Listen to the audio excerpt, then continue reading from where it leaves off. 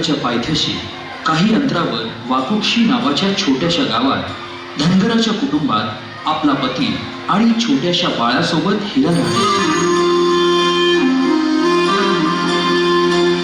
नेहमीप्रमाणे एके दिवशी हिरानं गोठ्यातून जनावरांचं दूध काढलं आणि आपल्या तान्ह्या बाळाला खेळवून पुन्हा त्याला घरी सोडून ती रायगडावर निघाली.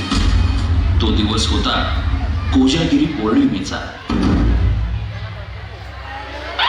राजधानी ही स्वराज्याची,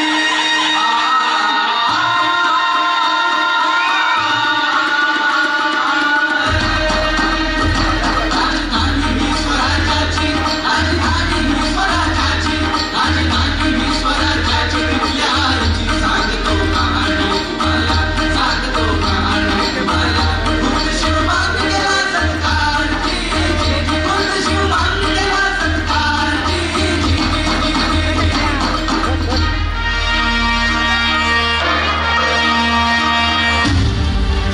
आणि बघता बघता संध्याकाळ झाली आणि गडाचे दरवाजे बंद झाले. माझं बाळ एकलं आहे काढलं. या पत्र पसंती तुमच्या पुढे मला जाऊ दे.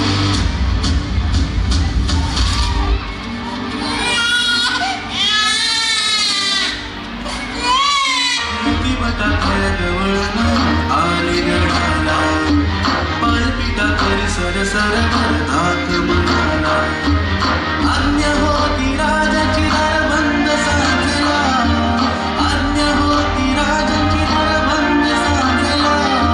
हुर हुर झाली मातेची घरी भूक तानाला, हुर हुर झाली मातेची घरी भूक तानाला.